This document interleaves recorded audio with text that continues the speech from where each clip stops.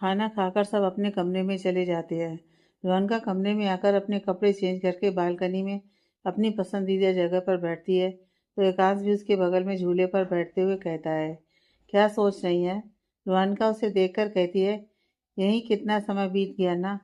कहाँ मुझे लगता था मेरे अतीत को जानने के बाद कोई भी मुझे एक्सेप्ट नहीं करेगा, पर फिर मुझे आप मिले जिसने मेरा नज़रिया ही बदल दिया। सच कहूँ तो आपका जितना थैंक यू कहूँ उतना कम है। एकांश जी, आपने मुझे बहुत कुछ दिया है। Thank you so much. यह सब कहते उसकी आंखों में नमी आ गई थी। एकांश उसके आंसू पोंछकर कहता है, लगता है प्रेगनेंसी के हार्मोन्स ने अपना काम शुरू कर दिया है, इसलिए आप इतना ज़्यादा इमोशनल हो रही हैं। और रही बात थैंक यू की, तो हमारा रिश्ता थैंक यू के मोहताज नहीं है। हमारे रिश्ते में सिर्फ प्यार, रिस्पेक्ट और भरोसा होना चाहिए। इसमें थैंक यू की कोई जगह नहीं होनी चाहिए, क्योंकि आप मेरी ज़िंदगी हैं, मेरी जान है। तो अगर आपको मैं खुश नहीं रखूँगा या आपके सपने पूरे नहीं करूँगा तो किसके करूँगा? इसलिए ये सब मत सोचिए, समझी? रूहान उसकी बात सुनकर हाँ में सिर हिलाकर उसके कंधे पर अपना सिर टिका लेती है तो एकांश उसके बाल सहलाते हुए कहता है, अच्छा, आपको बेबी बॉय चाहिए या गर्ल? रूहान मुस्कुराकर उसे देखकर कहती है, बेबी बॉय, बिल्कुल आप जैसा समझदार, शांत और सुलझा हुआ। एकांश कहता है, पर मुझे तो बेबी गर्ल चाहिए, आप जैसी मासूम, प्यारी सी और खूबसूरत सी। रोहानिका कहती है, नहीं, मुझे बेबी बॉय ही चाहिए और देखिएगा बेबी बॉय ही होगा। एकांश उसे चैलेंज करते हुए कहता है, ठीक है, देखते हैं। वैसे मुझे पूरा यकीन है कि होगी तो मेरी प्यारी सी प्रिंसेस। रूहानिका भी उसे चैलेंज करते हुए कहती है, लेट्स सी। एकांश उठते हुए कहता है, अब चलिए चलकर सो जाते हैं, ज़्यादा देर तक आपका जागना सही नहीं है। रूहानिका मुंह बनाकर उठते हुए कहती है, अब हम अपना पसंदीदा समय भी नहीं गुजार पाएंगे क्योंकि आपके रोज जो शुरू हो जाएंगे। उसकी बात सुनकर एकांश उसका हाथ पकड़कर अंदर ले जाते हुए कहता है, हाँ, क्योंकि ये जरूरी है। रूहानिका मुंह बनाकर एकांश की तरफ पीट करके लेट जाती है तो एकांश नाम में सिर हिलाकर रूहानिका के बगल में लेटते हुए उसकी कमर में हाथ डालते हुए उसके पेट पर हाथ रखकर उसे हल्के से अपने करीब खींचता है तो रूहानिका सिहर कर अपने जज्बातों को काबू करते हुए नकली नाराजगी से कहती है, अब सोने क्यों नहीं दे रहे आप? एकांश उसके कान में फुसफुसाकर कहता है, क्योंकि बिना गुड नाइट किस के तो मैं आपको सोने नहीं दूंगा। इतना कहकर वो रूहानिका का चेहरा अपनी तरफ करके उसके माथे को चूमकर उसके पेट को हल्के से सहलाकर कहता है, गुड नाइट रू, गुड नाइट प्रिंसेस। रूहानिका मुस्कुराकर उसकी तरफ मुड़कर उसके सीने पर हल्के से किस करते हुए धीरे से कहती है, गुड नाइट एकांश जी। एकांश मुस्कुराकर उसे अपनी बाहों में भर लेता है। दिन बीत रहे थे, देखते ही देखते रोहानिका का तीसरा महीना भी शुरू हो जाता है। अब उसे काफी मूड स्विंग होने लगे थे, जिसे एकांश ही झेलता था। कई बार रोहानिका आधी रात में उठकर अजीब अजीब डिमांड करती, जिसे एकांश को पूरा करना ही पड़ता। रोहानिका को अक्सर वोमिटिंग और अजीब सा लगता रहता था, जिस वजह से वो जल्दी कुछ खाती भी नहीं थी। बस अगर कुछ खाती थी तो एकांश के हाथ से बना खाना खाती थी, उसके अलावा वो कुछ नहीं खाती थी। इसलिए एकांश सुबह उठकर रोज पहले रोहानिका को ब्रेकफास्ट और लंच बनाता, फिर ऑफिस जाता और शाम को जल्दी घर आकर रोहानिका के लिए शाम का नाश्ता और रात का डिनर भी बनाता। एकांश को इन सबसे कोई दिक्कत नहीं थी, वो तो रोहानिका की सारी ख्वाहिशों को पूरा करने को तैयार था। वहीं रियांश और नंदनी ने अब शादी करने का फैसला ले लिया था, जिस वजह से 6 महीने बाद उनकी शादी की डेट निकली थी, जिसे सुनकर रोहानिका काफी उदास थी। सब हॉल में एकत्रित रियांश और नंदनी की शादी की डेट डिसाइड कर रहे थे। रोहानिका उदासी से कहती है, रियांश, मैं तो तुम्हारी शादी में डांस भी नहीं कर पाऊंगी क्योंकि उस वक्त मेरी डिलीवरी का मंथ चलेगा। तुम बाद में शादी कर लेना। रियांश हड़बड़ाकर रोहानिका के कान में कहता है, अरे भाभी प्लीज ना, आप सिर्फ की शादी में डांस कर लेना। मेरी शादी अब और नहीं मैं टाल सकता। ऑलरेडी नन्ही के बिना रहना इतना मुश्किल लग रहा है। प्लीज आप ऐसा मत बोलो, वरना ये सब मेरी शादी पोस्टपोन कर देंगे। रूहानिका उसकी बात सुनकर उसे देखती है तो रियांश मासूम सा चेहरा बनाकर कहता है, प्लीज भाभी। रूहानिका एक गहरी सांस छोड़कर कहती है, ठीक है, मुझे कोई प्रॉब्लम नहीं है शादी की डेट से। सावित्री जी सिद्धार्थ जी को कॉल करके उनसे शादी के बारे में बात करने लगती हैं। तो पूजा जी और स्वर्णा जी उठकर किचन में चली जाती हैं। वहीं एकांश रोहानिका को लेकर कमरे में चला जाता है। कमरे में आकर एकांश रोहानिका को बालकनी में झूले पर बैठाकर खुद उसकी बगल में बैठते हुए कहता है, हाँ तो कोई उदास है? रोहानिका उसे देखकर कहती है, नहीं ऐसी कोई बात नहीं है। एकांश उसका चेहरा गौर से देखकर कहता है, हाँ वो तो मुझे पता है कैसी बात है कैसी नहीं। रू डोंट वरी, आप शिव की शादी में डांस कर लेना, फिर उसकी शादी में हम दोनों मिलकर एक कपल डांस भी करेंगे और देखना सब हमारी परफॉर्मेंस देखकर ना जेलस हो जाएंगे। रुहानका उसकी बात सुनकर अपनी आंखों में चमक लाकर कहती है, पर हम रियाज की शादी में कुछ स्पेशल तो करेंगे ना? एकांश मुस्कुराकर कहता है, क्यों नहीं, जरूर करेंगे। रुहानका उसकी बात सुनकर मुस्कुरा देती है तो एकांश उसका माथा चूमकर उसे अपने सीने से लगाकर कहता है, आपके चेहरे पर वो परेशानी और उदासी वाली लकीरें अच्छी नहीं लगती। आपके चेहरे पर तो सिर्फ खुशी और चमक अच्छी लगती है। रुहानका उसकी बात पर मुस्कुराकर रह जाती है। फिर अचानक ही उससे अलग होकर अपने होठों पर जीभ फिराते हुए कहती है, मुझे ना इमली के साथ वनीला आइसक्रीम खाने का मन हो रहा है। एकांश उसकी अजीब डिमांड सुनकर अपनी नाक सिकोड़कर कहता है, रू, इमली के साथ वनीला आइसक्रीम कौन खाता है? रुहानिका उसे आंखें दिखाकर कहती है, मैं। अब जाइए, जाकर लेकर आइए मेरे लिए, वरना आज मैं आपको अपने पास कमरे में नहीं सोने दूंगी। उसकी बात सुनकर एकांश घबराकर कहता है, नहीं आप यहीं रुकिए, मैं अभी लेकर आता हूँ। इतना कहकर एकांश वहां से चला जाता है। रुहानिका वहां बैठकर अपने बेबी से बातें करते हुए कहती है, देखा आपने, आपके पापा कितने अच्छे हैं, मेरी सारी बातें मानते हैं, और उनको मनाने के लिए ना बहुत से पापड़ बेलने पड़ते हैं। कोई नहीं, आप जब बाहर आओगे ना, तब हम दोनों मिलकर पापा से खूब सारी डिमांड्स करेंगे और उन्हें परेशान करेंगे। इतना कहकर वो हंस देती है। वहीं एकांश नीचे से इमली और आइसक्रीम लेकर ऊपर आता है और रुहानिका को देता है। तो रुहानिका मुंह बनाकर कहती है, अब मुझे यह नहीं खाना, आप मेरे लिए कच्ची कैरी ले आइए, बड़ा खाने का मन हो रहा है मेरा। उसकी बात सुनकर एकांश अफसोस से नामे से हिलाकर कमरे से बाहर जाते हुए खुद से कहता है, पता नहीं इनका मूड इतनी जल्दी कैसे बदल जाता है। कुछ देर बाद एकांश रुहानिका के लिए कच्ची कैरी लेकर आता है तो रुहानिका खुशी से उसके हाथ से कच्ची कैरी लेकर खाने लगती है। वहीं एकांश उसे बच्चों जैसे खाते देखकर मुस्कुरा देता है। कच्ची कैरी खाने के बाद एकांश रुहानिका का मुंह साफ करते हुए कहता है, चलिए अब चलकर रेस्ट कर लेते हैं, कल सुबह अल्ट्रासाउंड के लिए भी तो जाना है। रुहानिका उठकर उसके साथ कमरे में जाती है। फिर रुहानिका अपना हाथ धोकर आती है और बेड पर लेट जाती है तो एकांश उसे कंबल से ढककर उसकी बगल में लेट जाता है। तो रुहानिका उसके सीने पर सिर रखकर कहती है, गुड नाइट एकांश जी। एकांश रुहानिका का सिर चूमते हुए कहता है, गुड नाइट रूह। फिर रुहानिका के पेट पर हाथ रखकर, गुड नाइट प्रिंसेस। रुहानिका और एकांश नींद के आगोश में चले जाते हैं। अगले दिन रुहानिका और एकांश सुबह जल्दी उठकर अल्ट्रासाउंड के लिए हॉस्पिटल जाते हैं। डॉक्टर रुहानिका के पेट पर जेल लगाकर मशीन घुमाते हुए एकांश और रुहानिका को मॉनिटर पर देखने को कहते हैं। अचानक डॉक्टर ध्यान से मॉनिटर देखते हुए मुस्कुराकर कहती है, अरे ये तो ट्विंस है। फिर मॉनिटर की तरफ इशारा करके, ये देखिए ट्विंस है। एकांश और रुहानिका नम आंखों से उन दोनों डॉट्स को देखते हैं जो मॉनिटर में दिख रहे थे। डॉक्टर उठकर बाहर चली जाती है उन्हें प्राइवेसी देने के लिए। तो एकांश रुहानिका के पास बैठते हुए कांपते होठों से रुहानिका से कहता है, रूह देखिए हमारे बच्चे। रुहानिका नम आंखों से मुस्कुराकर कहती है, हाँ एकांश जी, मुझे तो यकीन ही नहीं हो रहा ट्विंस है। एकांश रुहानिका का माथा चूमकर कहता है, थैंक यू सो मच रूह, मुझे इतने प्यारे और अनमोल तोहफे देने के लिए। रुहानिका मुंह बनाकर कहती है, भूल गए, आपने कहा था ना हमारे रिश्ते में थैंक यू की कोई जगह नहीं है, फिर भी आप कह रहे हैं। एकांश मुस्कुराकर कहता है, सॉरी मैं भूल गया था। रुहानिका खुशी से कहती है, सब कितने खुश होंगे ना ट्विंस के बारे में जानकर। एकांश मुस्कुराकर हाँ में सिर हिलाता है। फिर रुहानिका और एकांश डॉक्टर से मिलकर कुछ बातचीत करने के बाद घर के लिए निकल जाते हैं। राठौर मेंशन में सब बेसब्री से उनके आने का इंतजार कर रहे थे। तभी एकांश और रुहानिका घर आकर सबको ट्विंस के होने की खबर बताते हैं तो सब खुशी से झूम उठते हैं। दिन बीत रहे थे, सब हंसी खुशी रुहानिका का ख्याल रख रहे थे।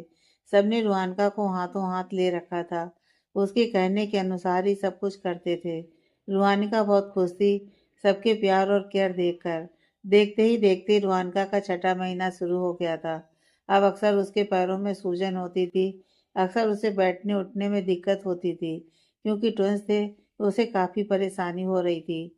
और इन सब में एकांश ने उसका एक बार भी साथ नहीं छोड़ा।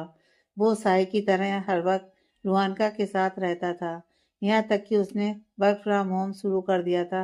वो बहुत ही कम ऑफिस जाता था या कुछ ज़रूरी होने पर ही ऑफिस जाता था। ऐसे ही एक दिन रूहानिका मिरर के सामने खड़ी अपने पेट को देख रही थी।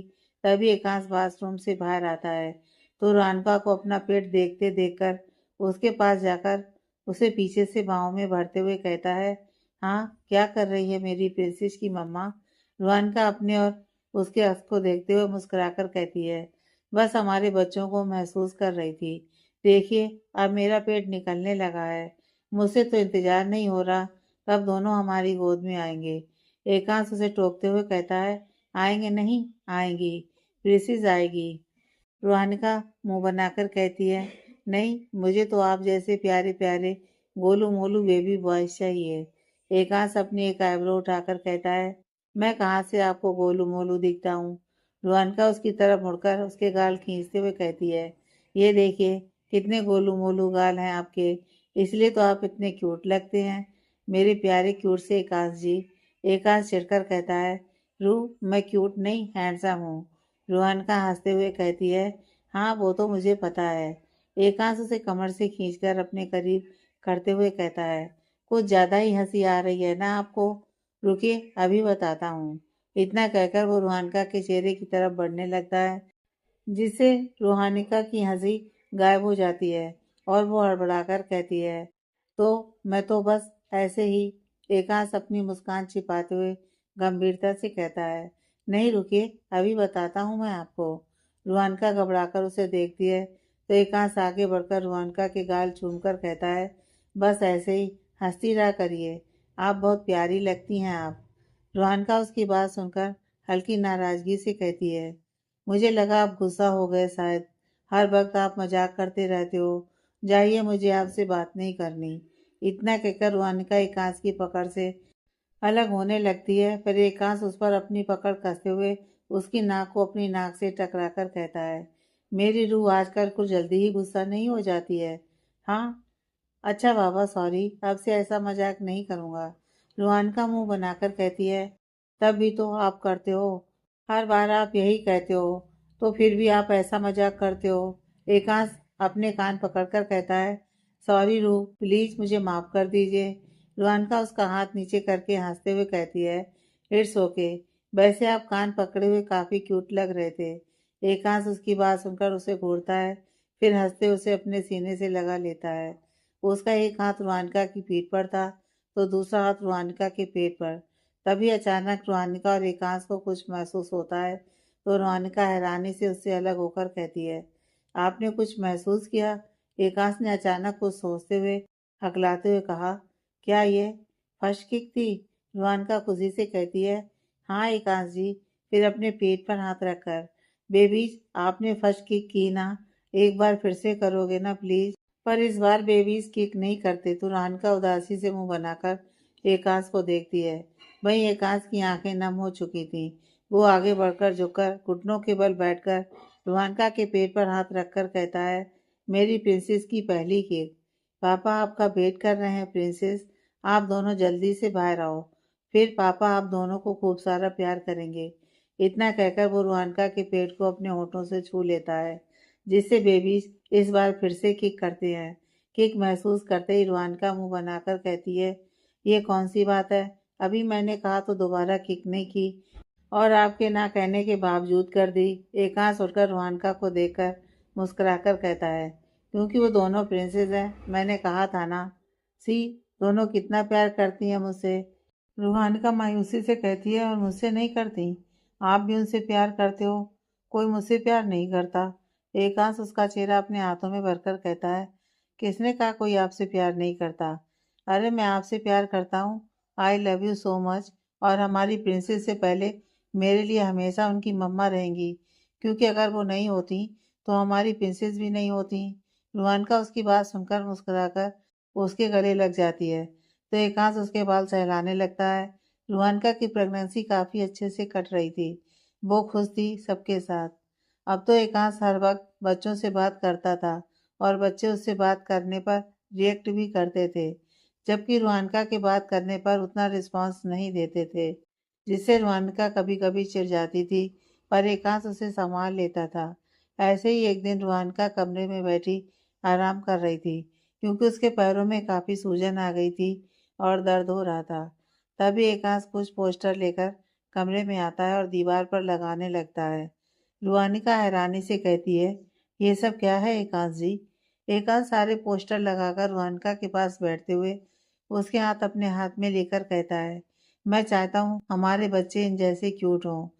जब सुबह उठकर रोज़ सुबह आपको इन सब की फ़ोटोज़ दिखेंगी ना, तो हमारे बेबीज़ इन पर जाएंगे और बिल्कुल क्यूट होंगी इनकी तरह। रुहानिका मुस्कुराकर कहती है, फिर तो आपको अपनी फ़ोटोज़ ज़्यादा लगानी चाहिए, क्योंकि मुझे तो आप जैसी क्यूट बेबीज़ चाहिए। एकांश मुंह बनाकर कहता है, मैं क्यूट नहीं हूँ रूह, प्लीज़ आप बार बार मुझे ये मत कहा करिए। रुहानिका शरारत से कहती है, मैं तो कहूँगी। उसने इतना कहा ही था कि अचानक उसे किक महसूस होती है, जिससे रुहानिका आह करते हुए अपने पेट पर हाथ रखती है। एकांश घबराकर रुहानिका के हाथ पर अपना हाथ रखकर कहता है, क्या हुआ? सब ठीक तो है ना? दर्द हो रहा है क्या? क्या हुआ? कुछ बोलिए ना रुहानिका। रुहानिका मुंह बनाकर कहती है, आपकी प्रिंसेस को पसंद नहीं आया मेरा आपको छेड़ना, इसलिए मुझे किक मार रही है। मतलब ये तो अभी से आपकी साइड हो गई। एकांश एक राहत की सांस लेकर कहता है, थैंक गॉड यही बात थी, वरना मुझे लगा क्या हुआ।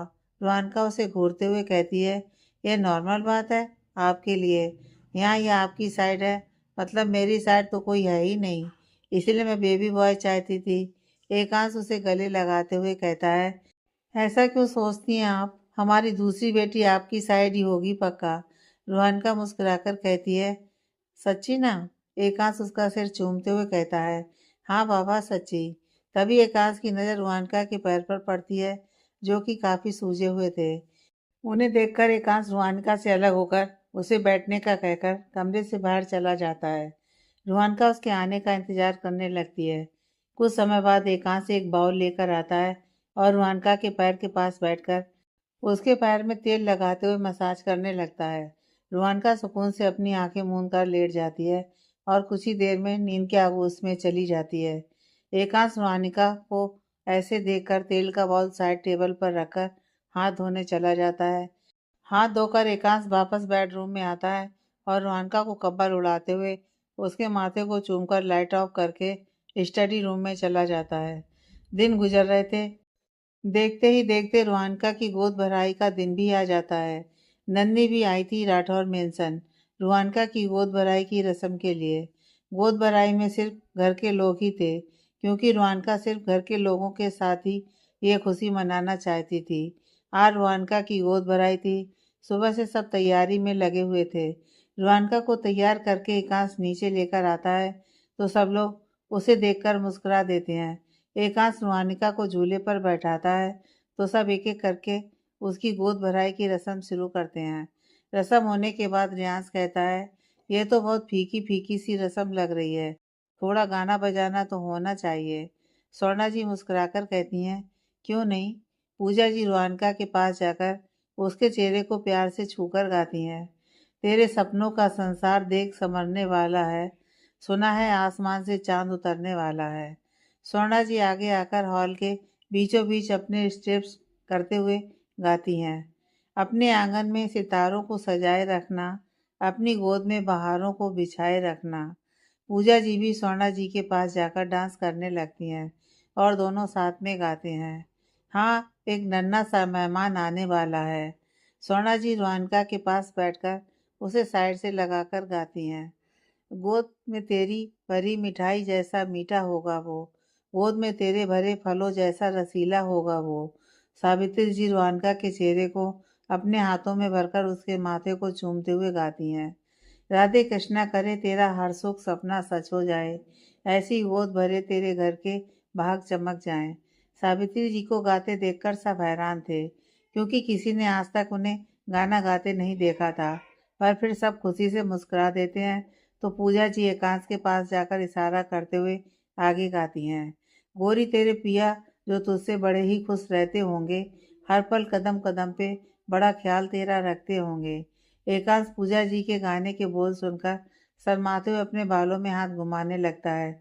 वहीं रूहानिका मुस्कुरा देती है तो स्वर्णा जी भी एकांश के पास जाकर मुस्कुराकर आगे गाती हैं। पूजा जी स्वर्णा जी रूहानिका को लाकर बीच में खड़ा करती हैं तो नित्या, रियांश, शिवांश, नन्ही, सावित्री जी पूजा जी रूहानिका के इर्द गिर्द घूमती हुई डांस करने लगती हैं। तो स्वर्णा जी एकांश को भी रूहानिका के बगल में लाकर खड़ा कर देती हैं। फिर सब साथ में उन दोनों रूहानिका और एकांश के इर्द गिर्द घूमते हुए गाते हैं, हाँ एक नन्हा सा मेहमान आने वाला है, हाँ एक नन्हा सा मेहमान आने वाला है। इसके साथ ही गाना खत्म होता है तो सब लोग मुस्कुराकर एकांश और रूहानिका को गले लगा लेते हैं। तभी रियांश कैमरामैन से सबकी फैमिली फोटो क्लिक करने को कहता है।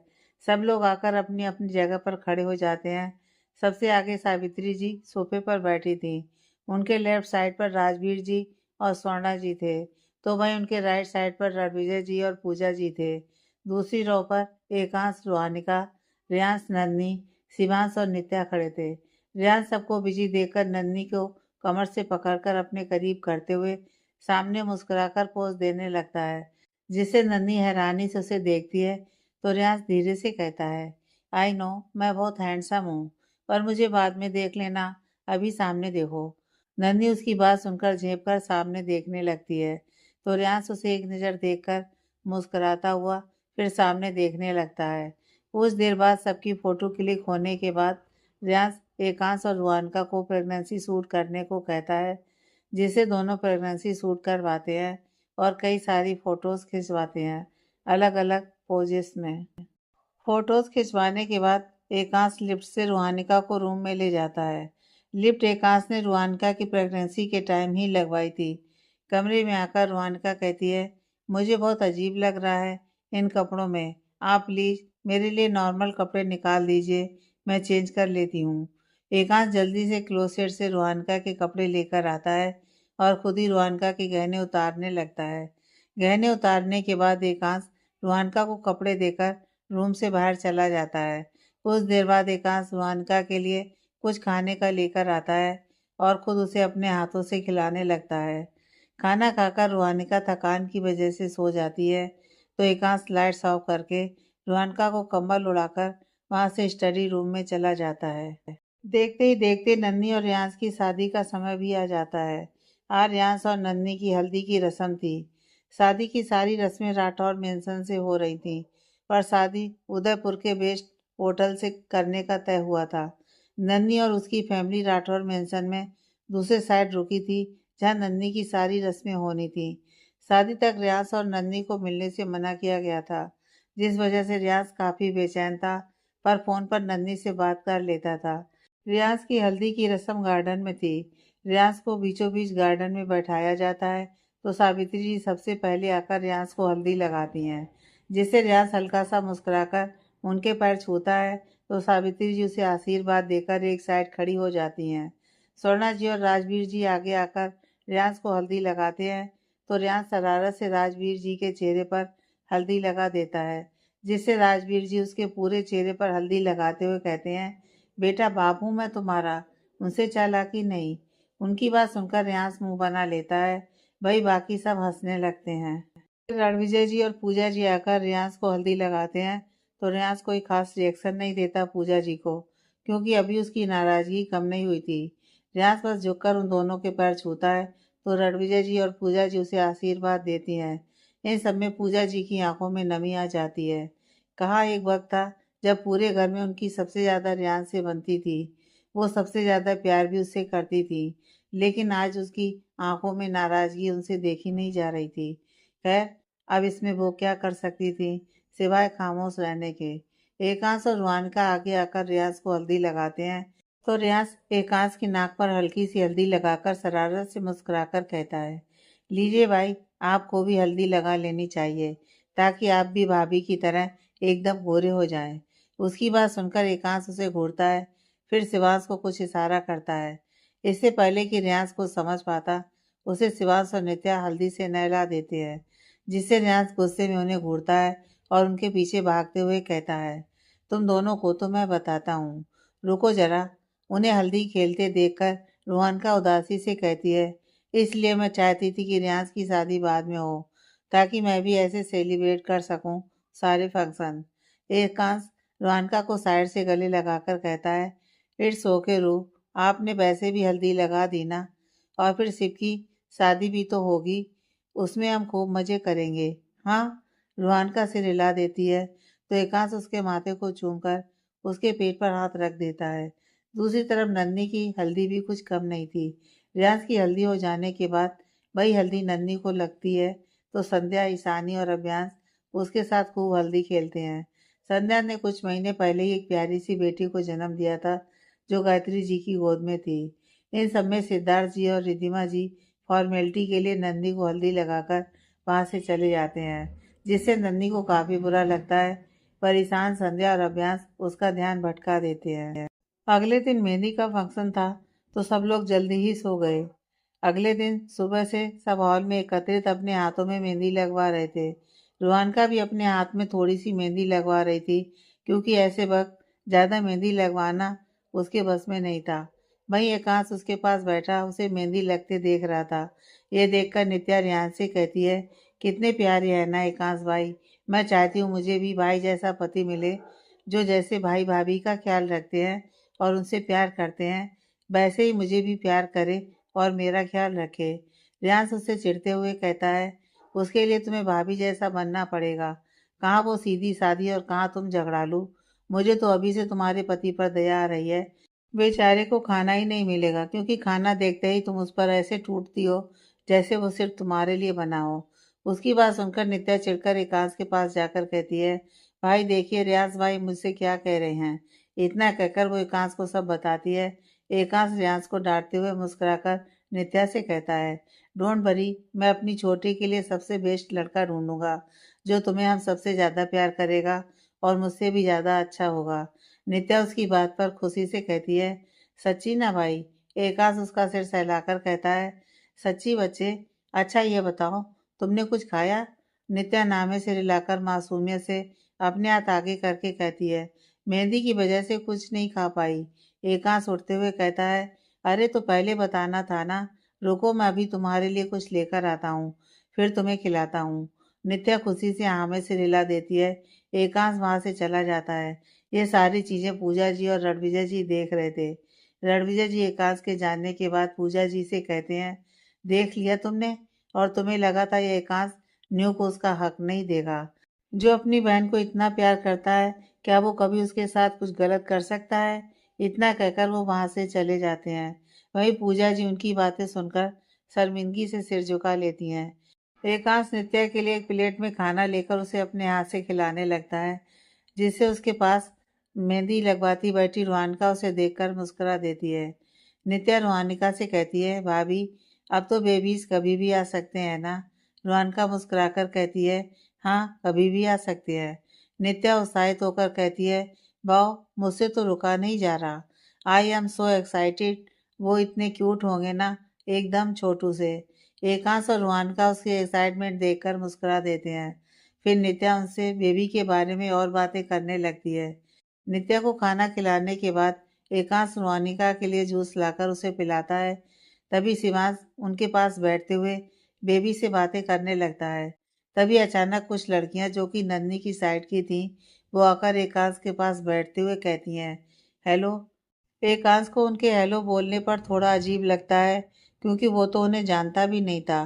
पर फिर उन्हें बुरा न लगे इसलिए हल्का सा मुस्कुराकर कहता है, हाय। उनमें से एक लड़की उत्साहित होकर कहती है, मैंने आपके बारे में काफ़ी कुछ सुना है, आप मेरे रोल मॉडल हैं सर। एकांश मुस्कुराकर कहता है, थैंक यू, वैसे ऐसा कुछ खास नहीं है मुझ में। वो लड़की मुस्कुराकर कहती है, आप बहुत खास हैं सर, बस आपको ही नहीं पता। उस लड़की के बोलने के तरीके से पता चल गया था कि वो फ्लर्ट कर रही है।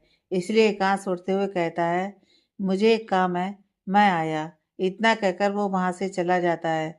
वहीं रुहानिका ये सब कुछ देख रही थी। उसे ही अंदर उन लड़कियों पर काफी गुस्सा आ रहा था, जिसे शांत करने के लिए वो शिवांश और नित्या से आराम करने का कहकर उठकर अपने कमरे में चली जाती है।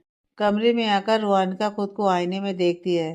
प्रेगनेंसी की वजह से उसके चेहरे पर एक अलग ही नूर दिख रहा था, पर साथ ही उसका वजन भी काफ़ी बढ़ गया था, जिसे देखकर रोहानिका खुद से कहती है, मैं इतनी मोटी हो गई हूँ, इसलिए तो मैं अब विकास जी को पसंद भी नहीं आती होंगी।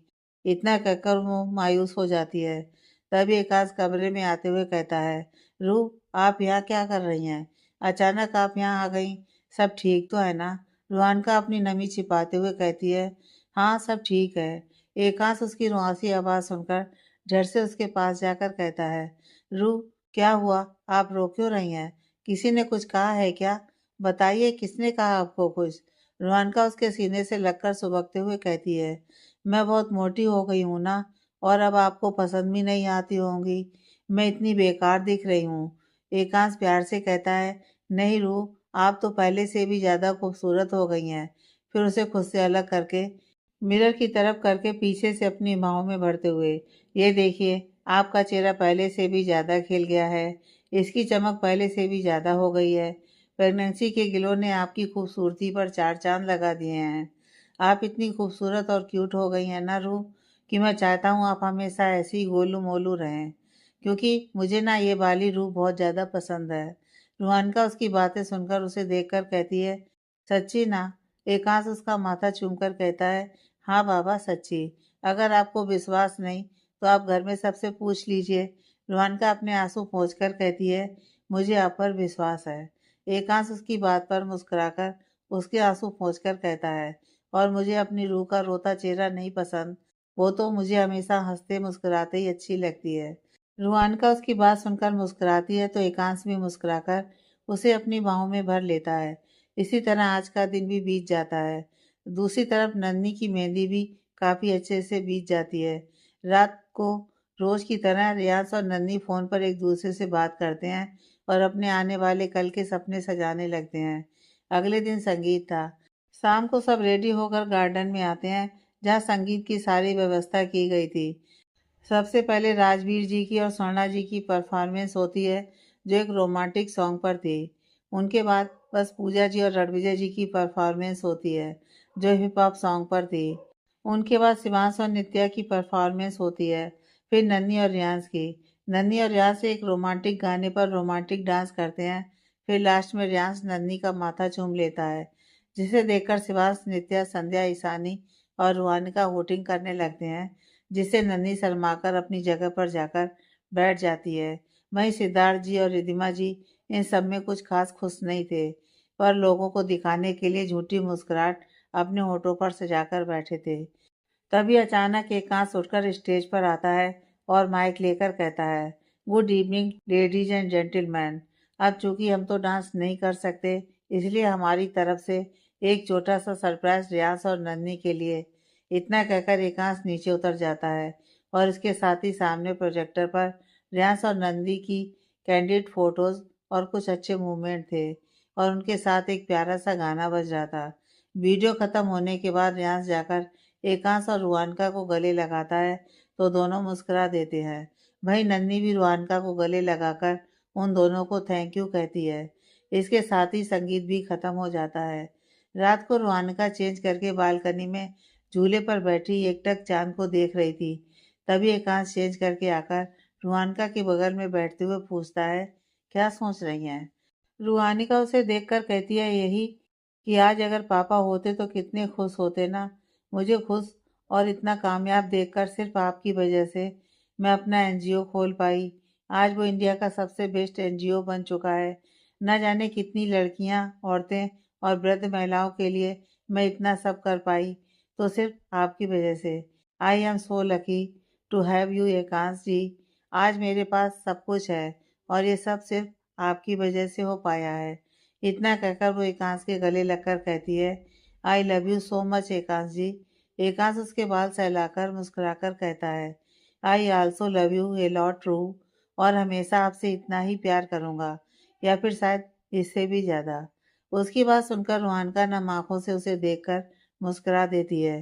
तभी उसे अपने पेट पर किक महसूस होती है, जिसे एकांश भी महसूस करके कहता है, I love you too my cuties. Ruhanka मुस्कुराकर एकांश के कंधे पर से टिकाकर खुले आसमान को देखने लगती है। वहीं एकांश खामोशी से उसके बाल सहलाने लगता है। कुछ ही देर में एकांश को रूहानिका की सांसें काफ़ी गहरी महसूस होती हैं, तो एकांश रूहानिका को गोद में उठाकर बेड पर ले जाकर सुला देता है और खुद उसका माथा चूमकर उसे अपनी बाहों में लेकर आंखें मूंद लेता है। अगले दिन आज रियाज और नन्ही की शादी थी। शाम को सब होटल पहुंच चुके थे। रियाज बेसब्री से स्टेज पर बैठा नन्ही के आने का इंतजार कर रहा था। फाइनली उसका इंतजार खत्म होता है और उसके सामने से नन्ही दुल्हन के लिबास में सजी आ रही थी। उसके अगल बगल ईशानी और संध्या चल रहे थे। रियाज सब भूलकर एकटक नन्ही को देखे जा रहा था। तभी नन्ही स्टेज के सामने आती है तो रियाज उतरकर उसके सामने अपना हाथ बढ़ाता है, जिसे थामकर नन्ही नजर झुकाए स्टेज पर चढ़ती है। तो रियाज उसका लहंगा संभालते हुए उसे ऊपर चढ़ाता है। ऊपर चढ़कर रियाज और नन्ही को वरमाला दी जाती है। तो पहले नन्ही रियाज को वरमाला पहनाती है, जिससे तालियों की आवाज़ हॉल में गूंज उठती है। फिर रियाज नन्ही को वरमाला पहनाता है, जिससे एक बार फिर तालियों की आवाज़ हॉल में गूंज उठती है और इसके साथ साथ नन्ही और रियाज पर फूलों की बारिश होने लगती है। नन्ही और रियाज को सोफे पर बैठाया जाता है तो रियाज थोड़ा झुककर नन्ही के कान में फुसफुसाकर कहता है, you are looking gorgeous my love. नन्ही शर्माकर मुस्कुरा देती है। तभी सब आकर उन दोनों के साथ फोटो खिंचवाने लगते हैं। फोटोज खिंचवाने के बाद नन्ही को वापस कमरे में ले जाया जाता है चेंज करने के लिए। कुछ देर बाद रियाज को मंडप में ले जाकर शादी की विधियां शुरू होती हैं। फिर पंडित जी नन्ही को बुलाने को कहते हैं। नन्ही को लाकर रियाज की बगल में बैठाया जाता है। अब नन्ही ने लहंगा चेंज करके साड़ी पहन ली थी, जिसमें वो बहुत खूबसूरत लग रही थी। रियाज और नन्ही की शादी की विधियां चल रही थी। वहीं रूहानिका और एकांश एक जगह एक दूसरे का हाथ थाम कर बैठे उनकी शादी देख रहे थे। तभी रूहानिका ने सामने देखते हुए कहा, याद है एकांश जी हमारी शादी? एकांश मुस्कुराकर उसके हाथ पर अपनी पकड़ मजबूत करके कहता है, हाँ, वो मेरी जिंदगी का सबसे खूबसूरत दिन था। उसे मैं कैसे भूल सकता हूँ। रूहानिका मुस्कुराकर उसके कंधे पर सिर रखकर कहती है, वो दिन मेरे लिए भी बहुत खूबसूरत था। तभी पंडित जी कन्यादान की रस्म के लिए नन्ही के माता पिता को बुलाते हैं तो सिद्धार्थ जी और रिद्धिमा जी आकर नन्ही के कन्यादान की रस्म करने लगते हैं, पर एक नज़र भी उसे नहीं देखते, जिससे नन्ही की आंखों में नमी आ जाती है, जिसे देखकर रियाज उसके हाथ पर हल्के से सहलाकर उसे आंखों से शांत रहने को कहता है। तो नन्ही अपने जज्बात काबू कर लेती है। पंडित जी कन्यादान की रस्म के बाद कुछ और रस्में करके रियाज और नन्ही का गठबंधन करवाकर फेरे के लिए कहते हैं। तो एकांश और रूहानिका उनके गठबंधन करते हैं। फिर रियाज और नन्ही खड़े होकर फेरे लेने लगते हैं। फेरे समाप्त होने के बाद रियाज और नन्ही वापस अपनी जगह पर बैठते हैं तो पंडित जी रियाज को नन्ही की मांग भरने को कहते हैं। नित्या कुमकुम की थाल आगे करती है तो रियाज सिक्के से कुमकुम लेकर नन्ही की मांग को भरता है। फिर उसे मंगलसूत्र पहनाता है। पंडित जी कहते हैं, विवाह संपन्न हुआ। अब आप अपने बड़ों का आशीर्वाद ले लीजिए। रियाज और नन्ही उठकर सबसे पहले पंडित जी का आशीर्वाद लेते हैं। फिर सावित्री जी के पास जाकर उनका आशीर्वाद लेते हैं। ऐसे करके रियाज और नन्ही एक एक करके सबका आशीर्वाद लेने लगते हैं। फिर सिद्धार्थ जी और रिद्धिमा जी के पास जाकर उनका आशीर्वाद लेते हैं, जिसमें दोनों ही सिद्धार्थ जी और रिद्धिमा जी कुछ खास प्रयत्न नहीं करते, बस फॉर्मेलिटीज के लिए उन्हें आशीर्वाद दे देते हैं। तो रियाज और नन्ही एकांश और रूहानिका के पास जाते हैं तो एकांश और रूहानिका उन दोनों को अपने गले से लगा लेते हैं। रियाज और नन्ही संध्या और अभियांश के भी गले मिलते हैं। उसके बाद शिवांश, नित्या और ईशानी के भी गले मिलते हैं। चूंकि रात के 12 बज चुके थे, इसलिए सबने विदाई कल करने का फैसला किया और नन्ही को लेकर संध्या दुल्हन के कमरे में चली गई। वही रियाज शिवांश के साथ दूल्हे के कमरे में चला गया था और रूहानिका एकांश के साथ अपने कमरे में। बाकी सब भी अपने अपने कमरे में चले गए थे आराम करने, क्योंकि सारे गेस्ट पहले ही जा चुके थे। अगले दिन आज नन्ही की विदाई थी। नन्ही चावल लेकर रिद्धिमा जी के आंचल में फेंकते हुए आगे बढ़ रही थी। फिर रिद्धिमा जी और सिद्धार्थ जी से लिपट कर रोने लगती है। आखिर कैसे भी थे, उसके माता पिता थे। इतने साल उसने उनके साथ गुजारे थे, तो उसके लिए मुश्किल था उन्हें भूलना। वहीं सिद्धार्थ जी और रिद्धिमा जी सबको दिखाने के लिए नकली आंसू बहाने लगते हैं। रस्म करने के बाद नन्ही जैसे ही कार में बैठती है, अचानक ही रूहानिका चीखते हुए कहती है, हाँ एकांश जी, मुझे बहुत दर्द हो रहा है। उसकी चीख सुनकर सब उसके पास जाते हैं तो एकांश परेशानी से कहता है, लगता है डिलीवरी का टाइम हो गया है। फिर रेयान से, तुम कार निकालो, मैं रूह की मेडिकल फाइल लेकर आता हूँ, तब तक तुम इन्हें कार में बैठाओ। रेयांश उसकी बात सुनकर जल्दी से रूहान का वो कार में बैठाने में मदद करने लगता है। वहीं एकांश भागकर बैग से रूहानका की मेडिकल फाइल निकालता है और जाकर कार में रूहानका के साथ बैठ जाता है। रूहानिका दर्द से कराते हुए कहती है, आप आगे बैठ जाइए कार चलाने के लिए। एकांश उसका हाथ थाम कर कहता है, नहीं, मैं आपको ऐसी हालत में अकेला नहीं छोड़ सकता। कार रेयांश चला लेगा।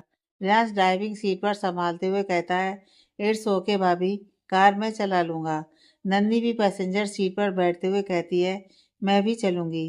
रेयांश से हिलाकर बाकी सब से कहता है, आप सब चेंज करके दूसरी कार में आइए। सावित्री से हिलाकर कहती हैं, ठीक है, पर आप ध्यान से कार चलाना। रेयांश हामी भरकर कार स्टार्ट करके आगे बढ़ा देता है। रास्ते में रेड लाइट पर रेयांश कार रोक देता है। यह देखकर रूहानका गुस्से में चिल्लाते हुए कहती है, तुमने कार क्यों रोकी? फिर एकांत से, मैं कह रही थी ना कार आप चलाओ, पर नहीं, आपको तो मेरे पास बैठना था। अब देखिए, पहले ये इतने धीरे से कार चला रहा था और अब इसने रोक भी दी। मुझे ये दर्द और बर्दाश्त नहीं हो रहा।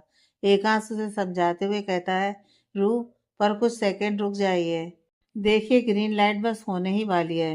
रूहान का गुस्से में उसे घूरते हुए कहती है, आप किसी काम के नहीं हो। अगर आपकी डिलीवरी होती ना, तब पता चलता कितना पेन होता है। एकांश उसकी बात सुनकर झेप जाता है। वहीं रियांश और नन्ही अपनी हंसी कंट्रोल करने लगते हैं। एकांश रूहानिका को शांत करवाते हुए कहता है, चुप रहो रूह, एक गहरी सांस लीजिए, फिर छोड़िए, इससे आपको अच्छा लगेगा। चलिए मेरे साथ करिए, ब्रेथ इन ब्रेथ आउट करिए। रूहानिका उसे घूरते हुए कहती है, यहाँ मैं दर्द से तड़प रही हूँ और आपको सांस लेने की पड़ी है, इसलिए कह रही थी कि आप चलाइए कार, क्योंकि आप यहाँ बैठकर मेरा दिमाग खा रहे हैं। मुझे अभी हॉस्पिटल जाना है, ये आपका ब्रेथ इन ब्रेथ आउट नहीं करना है। एकांश उसकी बात सुनकर मन ही मन खुद से कहता है, ये रूह को क्या हो रहा है? लगता है इनके हॉर्मोन्स पीक पर है, इसलिए ऐसे चिल्ला रही हैं, वरना ये तो कभी ऐसे नहीं चिल्लाती। एकांश को सोचता देखकर रूहानिका रेयांश से चिल्लाते हुए कहती है, अगर तुम मुझे जिंदा देखना चाहते हो तो कार आगे बढ़ाओ रेयांश। उसकी बात सुनकर रेयांश सहम कर जल्दी से कार स्टार्ट करके आगे बढ़ा देता है। वहीं एकांश भी सहम कर खामोशी से बैठ जाता है। कुछ ही देर में रेयांश हॉस्पिटल के सामने कार रोकता है तो एकांश जल्दी से कार से उतरकर रूहानिका को उतारने की कोशिश करता है, पर रूहानिका अपनी सीट पर बैठते हुए कहती है, मैं नहीं चल पाऊंगी, आप कुछ कीजिए। रियांश कहता है, भाई आप भाभी को गोद में उठाकर ले जाइए ना। रियांश की बात सुनकर एकांश उसे घूरने लगता है तो रूहानिका कहती है, हाँ ये सही है, आप मुझे उठाकर ले जाइए। एकांश हिचकिचाते हुए कहता है, पर रूह, आपने इतनी हैवी साड़ी पहनी है, ऊपर से आपकी प्रेगनेंसी भी है, तो मैं कैसे आपको उठा पाऊंगा? रूहानिका उसे गुस्से में घूरते हुए कहती है, तो ये बॉडी क्या सिर्फ दिखाने के लिए बनाई थी? आप किसी काम के नहीं। इससे अच्छा मैं अकेली हॉस्पिटल आ जाती। आपके आने का क्या फ़ायदा हुआ? ना तो आप कार चला रहे थे, ना आप मुझे उठा पा रहे हो। आप आए ही क्यों यहाँ? फिर नन्ही से, नन्ही तुम व्हील चेयर लेकर आओ। नन्ही से हिलाकर जल्दी से व्हील चेयर लेकर आती है और रुआनका को किसी तरह उस पर बैठाकर हॉस्पिटल के अंदर चली जाती है। वहीं रियाज एकांश को देखकर उसका कंधा थपथपाते हुए कहता है, इट्स ओके भाई, होता है, होता है। एकांश उसे घूरते हुए कहता है, तुम्हारा भी टाइम आएगा रियांश, तब मैं भी कुछ ऐसा ही कहूंगा। इतना कहकर वो अंदर चला जाता है। वहीं रियांश अपने आने वाले समय के बारे में सोचकर ही कांप उठता है। फिर खुद को संभाल कर एकांश के पीछे चला जाता है। कुछ देर में पूरी राठौर फैमिली वहां आ चुकी थी। सब बेसब्री से ओटी के बाहर टहलते हुए बेबीज का इंतजार कर रहे थे। वहीं एकांश की हालत खराब हुई जा रही थी रुआनका की चीखें सुनकर। तभी नर्स बाहर आकर कहती है, आप में से पेशेंट के हस्बैंड कौन है? एकांश जल्दी से आगे आकर कहता है, मैं। क्यों, क्या हुआ? सब ठीक तो है ना? नर्स कहती है, जी सब ठीक तो है, पर पेशेंट आपको अंदर बुला रही हैं, तो आप गाउन पहनकर खुद को कवर करके अंदर आ जाइए। एकांश उसकी बात सुनकर उसके साथ जाकर गाउन और मास्क लेता है, फिर चेंजिंग रूम में जाकर चेंज करके ओटी में चला जाता है। रुआनका एकांश को देखते ही थके अंदाज में कहती है, मुझसे नहीं होगा एकांश जी। एकांश उसके पास जाकर उसे सांत्वना देते हुए कहता है, यू कैन डू इट रू। याद है हमने कितने सपने देखे थे हमारी फैमिली को लेकर। हाँ, आप ये कर सकती हैं। रू करिए, उन सपनों के बारे में सोचिए, आने वाली खुशियों के बारे में सोचिए। रूहानिका उसकी बात सुनकर हिम्मत करके पुश करती है। तभी डॉक्टर कहती है, गुड, हमें बेबी का हेड दिख गया है। आप बस थोड़ा और पुश करिए। रूहानिका एकांश का हाथ थामकर इस बार जोर लगाकर चीखते हुए पुश करती है। तभी ओटी में बच्चे के रोने की आवाज गूंज उठती है, जिसे सुनकर रूहानिका और एकांश के चेहरे पर एक मुस्कुराहट आ जाती है। डॉक्टर टाइम लिखकर बच्चे की नली काटकर नर्स को देते हुए एकांश और रूहानिका से कहती है, congrats, it's a baby girl.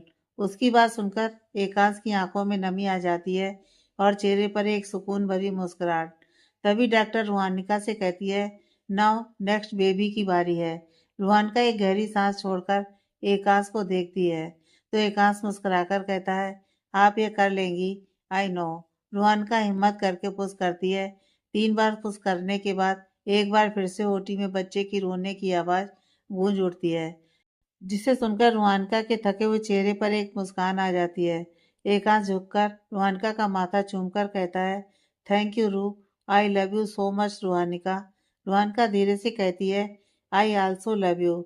Doctor दूसरे बच्चे का भी टाइम लिखकर उसकी नली काट कर कहते हैं, कांग्रेट्स, ये भी बेबी गर्ल है।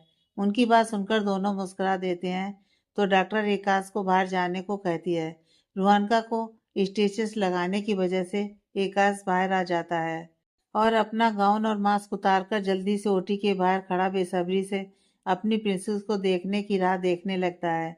कुछ देर बाद 2 नर्स अपनी गोद में बच्चों को लेकर आती हैं, तो एकांश कांपते हुए पहली नर्स की गोद से अपनी बेटी को लेकर उसका चेहरा देखता है, तो एकांश की आंखों में नमी आ जाती है।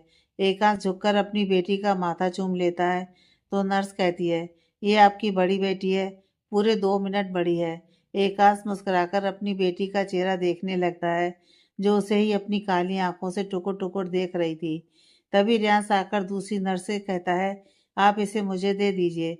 एकांश उसे टोकते हुए कहता है, बिल्कुल नहीं, अगर तुमने इन्हें गिरा दिया तो। नहीं, मैं ये रिस्क नहीं ले सकता।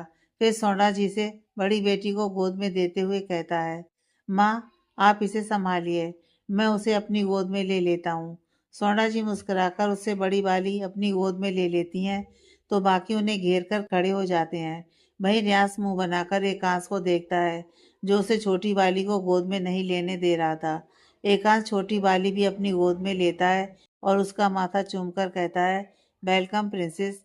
उसकी बात सुनकर छोटी वाली बच्ची सोते में ही उसकी उंगलियां कसकर पकड़ लेती है, जिसे देखकर एकांश के चेहरे पर एक मुस्कुराहट आ जाती है।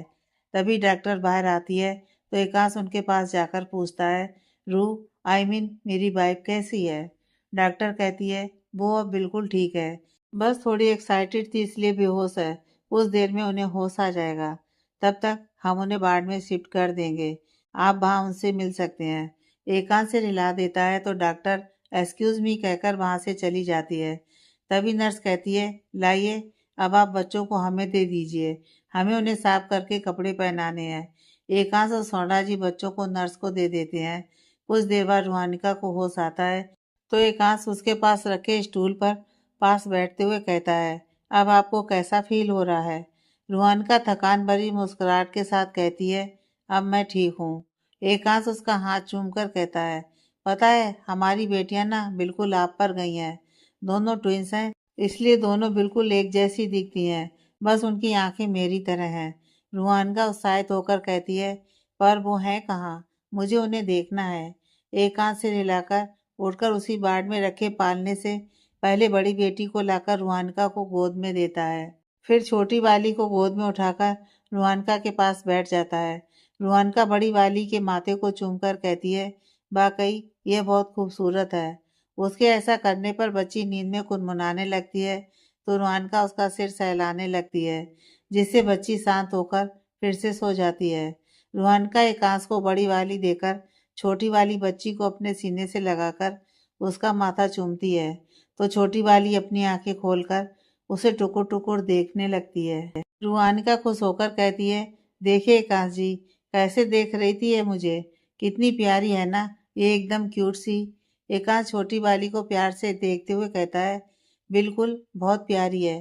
तभी अचानक छोटी वाली रोने लगती है, तो रुहानिका परेशानी से कहती है, ये रो क्यों रही है? मैंने तो कुछ किया भी नहीं। एकांश कुछ कहता उससे पहले ही स्वर्ण जी अंदर आते हुए कहती हैं, क्योंकि उसे भूख लगी है। फिर एकांश से, तुम बाहर जाओ हंस, मैं रुहानिका की हेल्प करती हूँ फीड करवाने में। एकांत से रिलाकर अपनी बड़ी बेटी को पालने में लिटाकर उसका माथा चूमते हुए वहां से चला जाता है। फीड करवाने के बाद सब एक एक करके रुहानिका से मिलते हैं। फिर राठौर मेंशन चले जाते हैं, क्योंकि नंदनी का घर प्रवेश था। वही एकांश रुहानिका के साथ ही हॉस्पिटल में रुका था। रात में एकांश रुहानिका को खाना खिलाकर उसे मेडिसिन देकर सुलाता ही है कि तभी छोटी वाली रोने लगती है। तो एकांश उसे गोद में उठाए खिड़की के पास ले जाकर उससे बातें करते हुए कहता है, बच्चे नहीं रोते, क्या हो गया मेरी प्रिंसेस को? प्लीज शांत हो जाओ प्रिंसेस, मम्मा अभी अभी सोई है ना। छोटी वाली बच्ची उसे खुद से बातें करते देखकर ही चुप हो जाती है और एकटक टुकुर टुकुर उसे ही देखने लगती है। तो एकांश उससे बातें करते हुए इधर उधर रूम में टहलने लगता है। कुछ देर बाद बच्ची बोर होकर जमाई लेते हुए सो जाती है। तो एकांश उसका माथा चूमकर उसे वापस पालने में लिटाकर खुद सोफे पर बैठकर आंखें मूंद लेता है। अगले दिन रुहानिका को हॉस्पिटल से छुट्टी मिल जाती है, तो राठौर मेंशन में सब खुशी से उनकी आरती उतारकर उनका स्वागत करते हैं। रुहानिका सबसे बात करने के बाद कमरे में जाकर आराम करने लगती है। तभी एकांश रूम में आकर देखता है, तो रुहानिका और बड़ी वाली बेटी को सोते देखकर मुस्कुरा देता है और हमेशा की तरह उसकी छोटी बेटी सीलिंग को देखते हुए हाथ पैर चला रही थी। यह देखकर एकांश खुद से कहता है, लगता है मेरी छोटी प्रिंसेस कुछ ज्यादा ही शरारती है। इतना कहकर वो आगे बढ़कर छोटी बेटी को गोद में उठाकर बालकनी में ले जाकर झूले पर बैठते हुए उससे बातें करने लगता है, जिसे उसकी छोटी बेटी काफी ध्यान से सुन रही थी, जैसे सब समझ रही हो। अगले कुछ दिन ऐसे ही बीत जाते हैं। रोज रात को छोटी वाली उठती है और एकांश उसे चुप करवाने के लिए बालकनी में ले जाता है। वहां जाते ही छोटी वाली चुप हो जाती थी। शायद रुहानिका की तरह उसकी भी फेवरेट जगह वो झूला ही था। वहीं बड़ी वाली काफी शांत थी। जहाँ छोटी वाली सबको काफी परेशान करती, जल्दी किसी की गोद में नहीं जाती सिवाय एकांश के, तो वहीं बड़ी वाली सबकी गोद में चली जाती थी और किसी के प्यार करने पर हंसती और मुस्कुराती थी। रुहानिका को तो सबसे ज्यादा अपनी बड़ी बेटी पसंद थी, क्योंकि छोटी बेटी को तो सिर्फ भूख लगने पर मम्मा की याद आती थी, वरना वो पूरा समय अपने पापा के पास ही रहती थी। खैर देखते ही देखते नामकरण का दिन भी आ जाता है। आज बच्चों का नामकरण था। सुबह से सब तैयारियों में लगे थे। 10 बजे पूजा थी। रुहानिका अपने कमरे में बड़ी वाली बेटी को तैयार करते हुए उससे बातें कर रही थी, जिस पर वो खिलखिलाकर हंस रही थी। वहीं एकांश छोटी वाली को रेडी करते हुए उससे बातें कर रहा था, जिस पर वो खिलखिलाकर हंस रही थी। कुछ देर बाद बच्ची को रेडी करके उन्हें पालने में लिटाकर रुहानिका खुद रेडी होने लगती है। एकांश उसे ड्रेसिंग चेयर पर बैठाकर कहता है, आज अपनी प्रिंसेस की मम्मा को उनके पापा रेडी करेंगे। रुहानिका शरारत से कहती है, आज प्रिंसेस के पापा को टाइम मिल गया उनकी मम्मा के लिए। एकांश कहता है, ऐसी बात नहीं है, मेरे पास तो आपके लिए हमेशा ही टाइम रहता है। रुहानिका अपनी एक आईब्रो उठाकर कहती है, सच में? एकांश झुककर रुहानिका के माथे को चूमकर कहता है, हाँ सच में। अब चलिए मुझे आपको रेडी करने दीजिए। इतना कहकर वो रुहानिका को गहने पहनाने लगता है, जिससे रुहानिका प्यार से एकटक उसे देखने लगती है। कुछ देर बाद रुहानिका को रेडी करके एकांश उसे मिरर में देखने को कहता है, तो रुहानिका उसे देखकर प्यार से कहती है, मुझे ज़रूरत नहीं है खुद को देखने की, क्योंकि मुझे पता है आपने मुझे तैयार किया है तो कुछ बुरा हो नहीं सकता और मैं हमेशा से ज़्यादा खूबसूरत लग रही होंगी, क्योंकि आपके प्यार का रंग जो मेरे चेहरे पर खिल रहा होगा। एकांश उसकी बात सुनकर मुस्कुरा देता है। फिर दोनों उठकर बच्चों को अपनी गोद में लेते हुए छोटी वाली को एकांश अपनी गोद में लेता है, तो बड़ी वाली को रुहानिका, दोनों मुस्कुराते हुए नीचे आते हैं। नीचे सब उनका इंतजार कर रहे थे। उन्हें देखते ही सब मुस्कुरा देते हैं। एकांश और रुहानिका आकर हवन के सामने बैठते हैं। इसके साथ ही पूजा शुरू होती है। कुछ विधियां करने के बाद पंडित जी कहते हैं, बड़ी वाली बच्ची का नाम माँ अक्षर से आया है और छोटी वाली का नाम आ अक्षर से आया है। अब बच्चियों का नाम आप लोग उनके कान में बोलिए। एकांश नित्या को देखकर कहता है, छोटी तुम बताओ, क्या नाम सोचा है तुमने? नित्या सरप्राइज होकर कहती है, मैं बताऊं? एकांश हाँ में सिर हिलाकर कहता है, हाँ तुम बुआ हो ना, तो तुम ही बताओगी। नित्या खुशी से आगे आकर सबसे पहले बड़ी वाली बच्ची के कान में उसका नाम कहती है, फिर छोटी वाली बच्ची के कान में उसका नाम कहती है।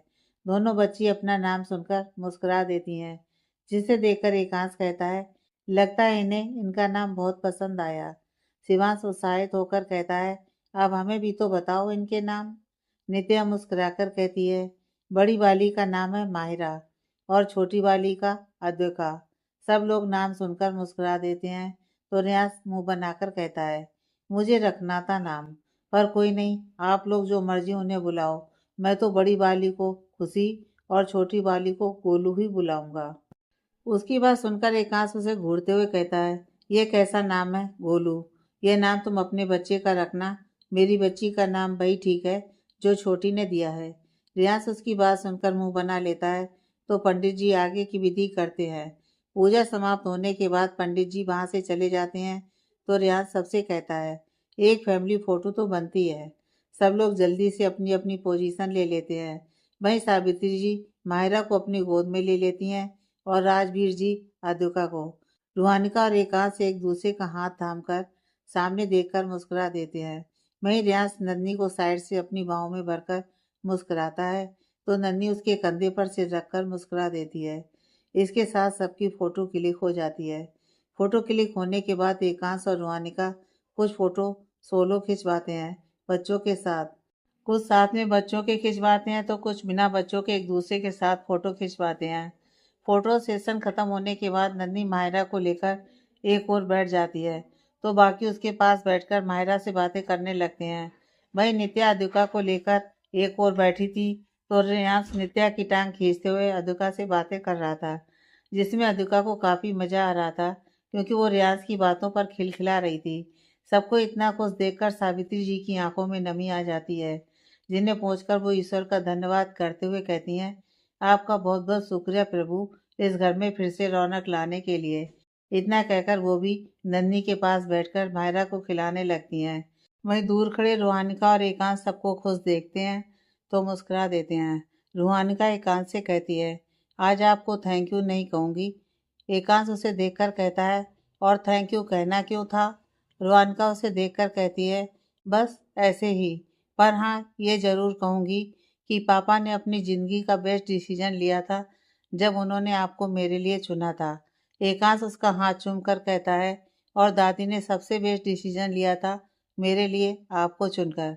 रूहानिका मुस्कुराकर उसके सीने पर सिर रखकर कहती है, आई लव यू। एकांश उसके सिर को चूमकर कहता है, I also love you so much रू।